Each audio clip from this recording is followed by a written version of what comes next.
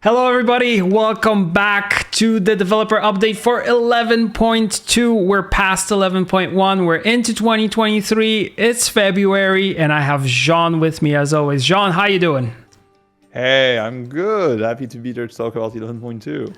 It's really awesome to see you, and I can't wait because there's some cool changes coming up and we want to discuss them with you. But before we do that, let's talk about the state of the game and 11.1. Jean, what do you think about the changes after the January patch? Well, we're quite happy actually. Good. With how things have settled. Every faction seems to have interesting options to pick from. We're seeing a lot of deck variety on the ladder. The overall sentiment seems to be good. That's great. And we don't want to be disturbing that too much. And in fact, we are kind of hard at work on the first expansion of the year. So because of this, 11.2 is a bit of a smaller patch. Mm-hmm. Obviously, some nerfs to the most prominent decks. We are also bringing some buffs. Okay. Type, okay. Oh, wow. But yes, a smaller patch. Okay. Witchers are back on the menu, boys. That's the most important thing. But we'll get into that. But before we do, we will start off with Skellige and changes that are happening there. So we'll start with Feral Bond and Sove. Yeah. So in 11.1, we made a change to Feral Bond where it wouldn't be able to create units that started in your deck anymore, mainly to prevent being able to play too many copies of Highland Warlord. This led a lot of players to move on to other decks, but in fact, there's still like a decent player base of the Skellige Warrior Raid deck, and the deck is as efficient as ever. It is performing very highly. Mm-hmm. As a result, we're once again coming back to it. The first change we're doing is increasing Feral Bond provision by 1 to 5 provision. We realize that Feral Bond is a tool that is doing a lot for the deck, and in fact, very often you're going to be able to get the Wolf back, which is even more points. And that didn't really fit the description of the 4P. The other thing we targeted is Sov, which is considered by many as one of the key pieces of the deck because of the, great payoff it's bringing, and also the fact that its points are immune. And so we just very simply added one more provision to it. So not very nuclear changes, but at the same time, the deck is definitely going to have to run a tighter ship, considering that it now has 3 more provisions to fit in. Exactly. So we might see some changes in terms of the lineup of the cards there. And that's it for those two. And we have another 2 coming up, which is Magic Compass and Terror of the Seas. And let me just switch to them. So Skellige cannot be satisfied with having a single deck that is performing really well. It needs to have 2. At least 2. This other deck. This other deck is the Golden Necker Onslaught Pirate deck, discard everything. It's a deck that is hard to target actually because a lot of the cards that it's running are kind of mid-range, and if you look at them separately, they don't seem to be completely over the top. Mm-hmm. So we have to think a bit about this one. The first one we targeted is Magic Compass. So Magic Compass is definitely one of the key pieces of the deck, allowing it to bypass the 9 provision limit of cards like Golden Necker and Sweet Nova, since it's able to create cards with much higher provision. That being said, we think that's a unique element of the deck that is really fun to play with. And so for now, it's something that we would like to keep. So we don't want Magic Compass to go at 10 or more for now. But at the very least, it should be at 9, considering how much it is bringing to the deck. The other thing we targeted is Terror of the Seas, which is kind of the control staple card that's going to get a lot of armor from Onslaught. And so we just remove a single point of power from it. Perfect. Okay. And that's it for Skellige changes, if I'm not mistaken. Mm-hmm. So we're moving on to Northern Realms, and there is one thing that happened here, which is a change to Griffin Witcher Mentor's power. Absolutely. So we made some buff to Melitele in 11.1 to allow her to shine better, and it worked. The card is in a good state right now. But there also exists another variant of the Mulligan deck that, in fact, is more popular and don't run Melitele at all. It's just Traveling Priestess and Mutagenator. And this version is very, very successful. Which is why we wanted to target Griffin Witcher Mentor. So, mostly giving it less tempo, right, with less power, but also some variants of the deck were focusing on making a lot of copies from Griffin Witcher Mentor so that they could get both Traveling Priestess to have a lot of boost available, a lot of charges, and having less power on Griffin Witcher Mentor also means that they are losing a lot more overall points on the board if they make a lot of these copies. There is one more thing happening, which is that there was a bug on Melitele which we were fixing in 11.2, which would lead Melitele to very often end up on the top of the deck at the end of the round. And as a result, it was very consistent to be able to draw her and mulligan her one more time. It's a bug, but at the same time, it was participating to the power level of the card, and so it is going to be a nerf. And as such, we will keep her in tight observation in 11.2 and see if there's anything more we need to do for the card. Perfect. So before that in January, she was kind of not seeing a lot of play, and now we're seeing her being a little bit on the strong side, which is good. Very decent. Yeah. Cool stuff. And that wraps up Northern Realms, and we're moving on swiftly to Syndicate, and we have Shady Vendor as well as Pulling the Strings. Yes. So after 10.12, Syndicate was said to be dead. Which is why it came back on the scene with a Golden Necker Pirate's Cove multi-gang deck, which absolutely does not feature a single of the cards that was changed in 11.1, and is in fact running Tunnel Drill that had been nerfed. Go figure. But that deck is incredibly successful. And so we need to do something about it. First of all, Shady Vendor, well, it's been a staple of Syndicate pretty much since it's released. That's true. We originally gave it the Blind Eye gang category as a way for the card to feel better. It became very evident that the card just doesn't need it in the first place.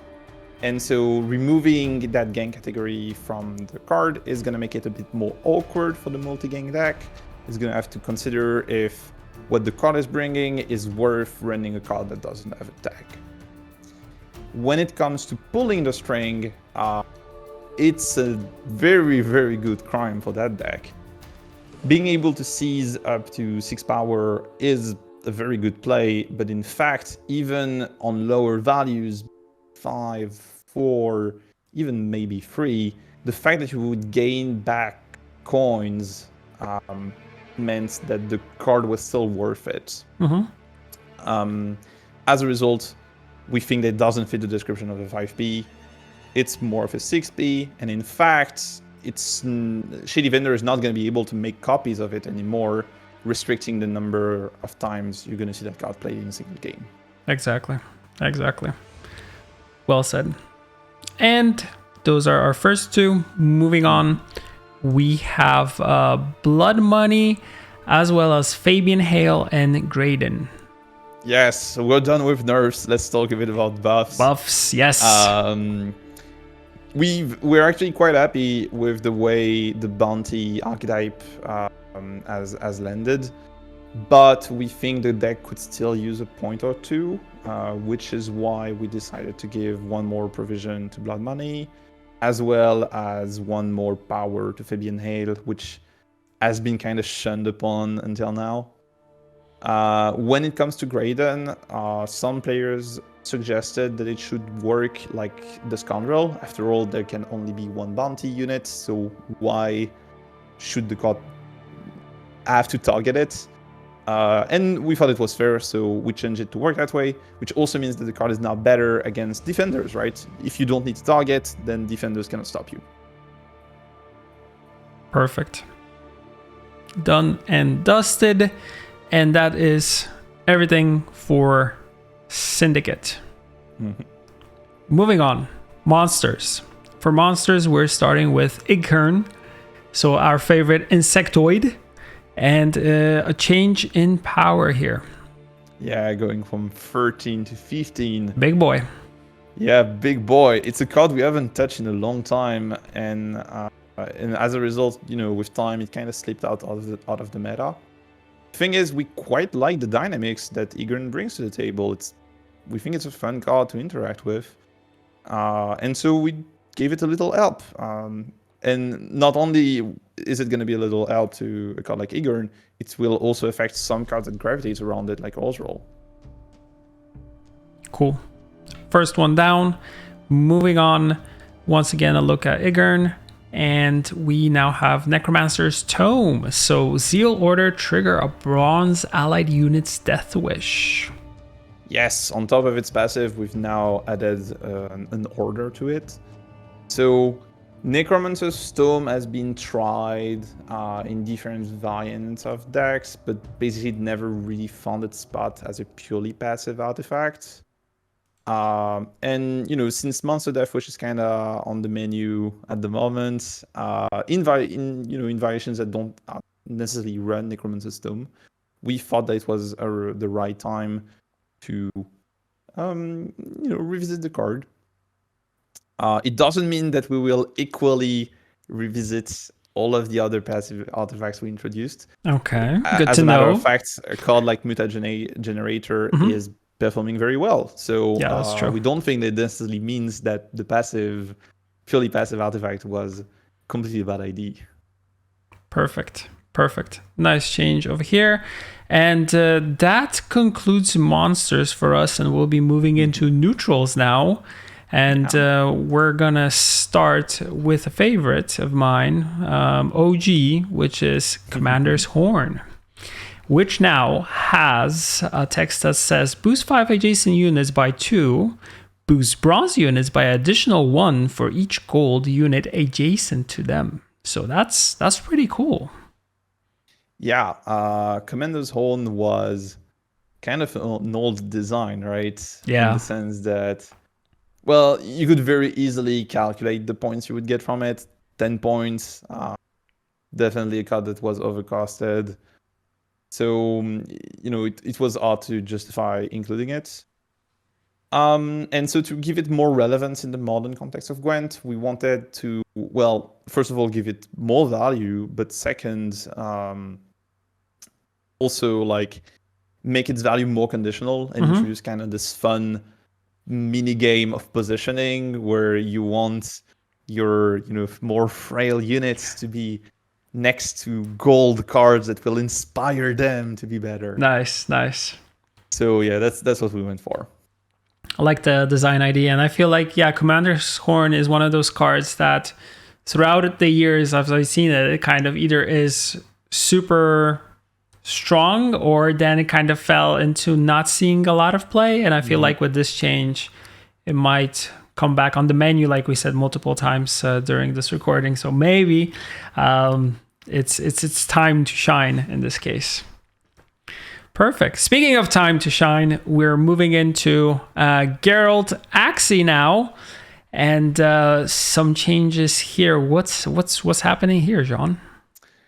Completely new effect is what's happening. Damn.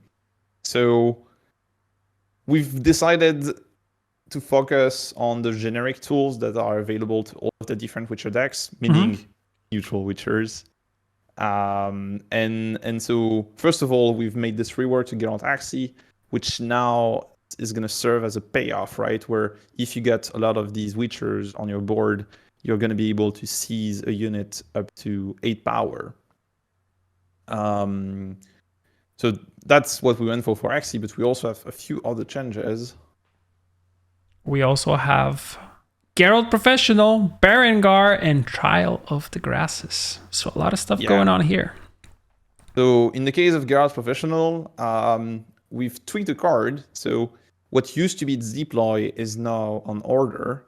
We've given it an extra deploy where it is able to damage a few units by one, meaning it's going to be able to line up some of its targets. And a conditional way to gain zeal on deploy. On Berengar, we've really increased its power. This is crazy. From 9 to 12. But we've also changed the condition. So Berengar used to check its condition at the end of your turn, meaning that even if it was, even if your opponent had been able to kill the only Witcher other than Berengar, then you still had a turn to play one more Witcher. This is now going to be checked at the beginning of your turn. So now you have to be more careful if you play Berengar early.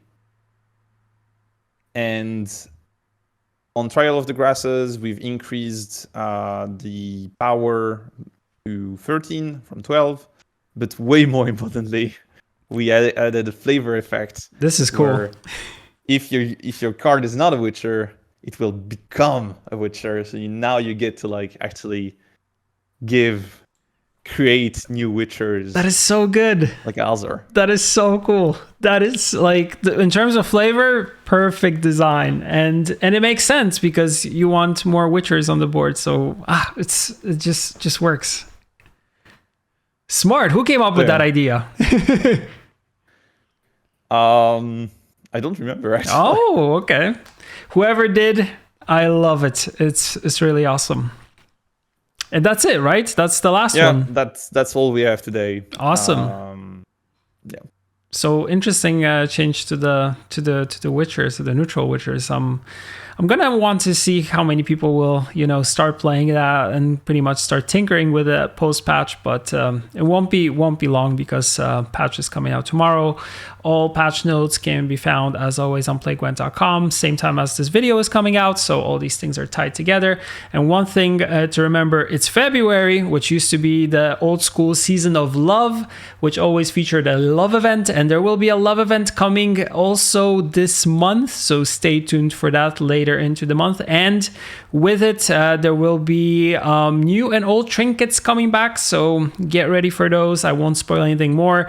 More information, as always, will be on our socials and at playgwent.com. And from me and from Jean, I feel like that's it. Unless, Jean, you have anything else you want to throw at people? That's everything. That's right. Perfect. Awesome. Pleasure to talk to you as always. Hope everybody enjoyed this one, and we'll be back next month for another developer update. Take care, everyone. Have a good one. Bye-bye. See ya, everyone.